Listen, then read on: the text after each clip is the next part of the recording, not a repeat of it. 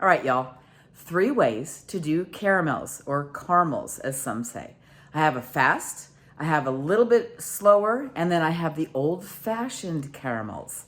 All right? So come on in. Welcome to Kay's Little Kitchen.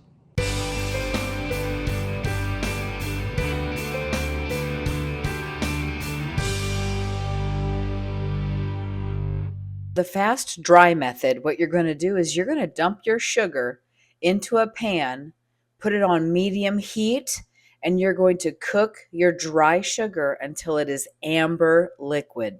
There is a huge debate about whether you're supposed to stir the dry sugar or not. And since there was not a consistent across the board what everyone thought, I stirred it. Okay, so having the right pan for this job is a big deal. You need a good pan that's going to be able to conduct heat well, that's going to be able to heat up and maintain a good heat while you're doing this. I chose the wrong pan for today, hence, you see all this junk and clumping that's happening. That did not happen when I made it the first time in one of my skillets that we use all the time that I kind of trust more. So, pans are a big deal when you're doing any of this. Just be consistent and you'll see it comes around.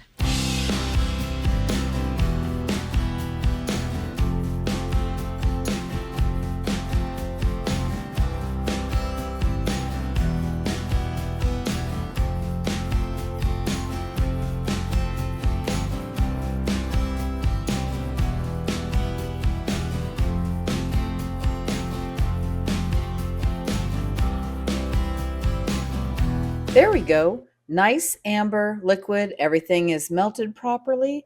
Now let's go ahead and add our butter. Yes, when you add the butter, it will spit a little bit. Boiling sugar can burn like crazy. So if you're really nervous about that, just put a safety glove on or some kind of a hot mitt that you can still control whatever it is you're stirring with. Once your butter is completely melted, then you're going to slowly add in your heavy cream.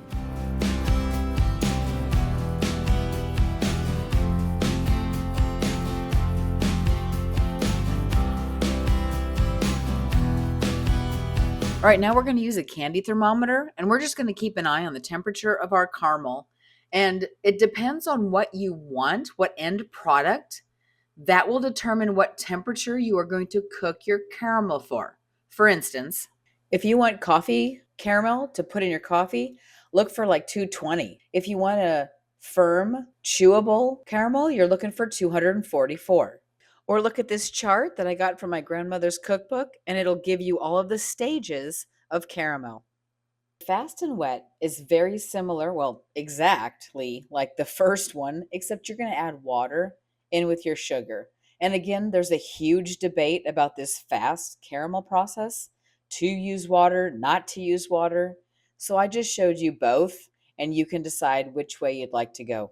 If you're going to use the water method, you'll need to stir them together and then put a lid, a tight fitting lid over the sugar water combination. It's going to come to a boil underneath a lid and it needs to fit well so that the condensation pushes the sugar that might climb up the sides of your pan back into the boiling mixture. All right, once you see it's boiling, go ahead and remove the lid, and now we watch for that amber liquid. Now that we have this beautiful amber color, it's time to slowly pour in our heavy cream. And you'll notice that this recipe I was doing simply swapped the heavy cream and the butter. They both will go in slowly and stir well.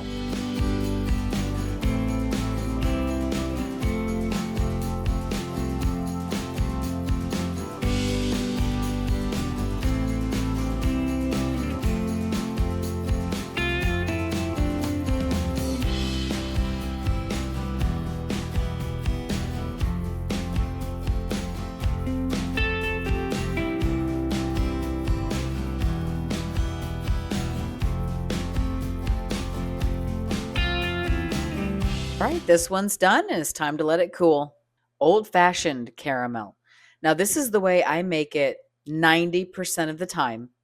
It will take you 45 minutes, so fair warning.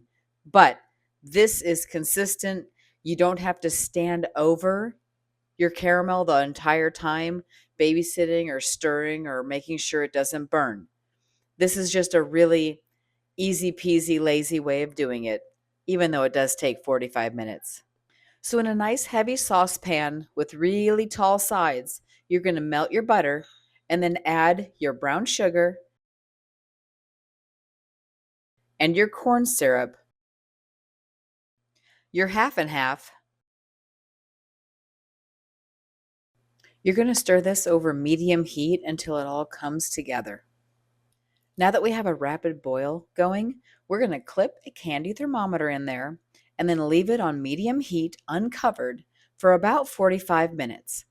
You won't need to stir it, it doesn't need to be babysat, but you're just going to let that boil and come together.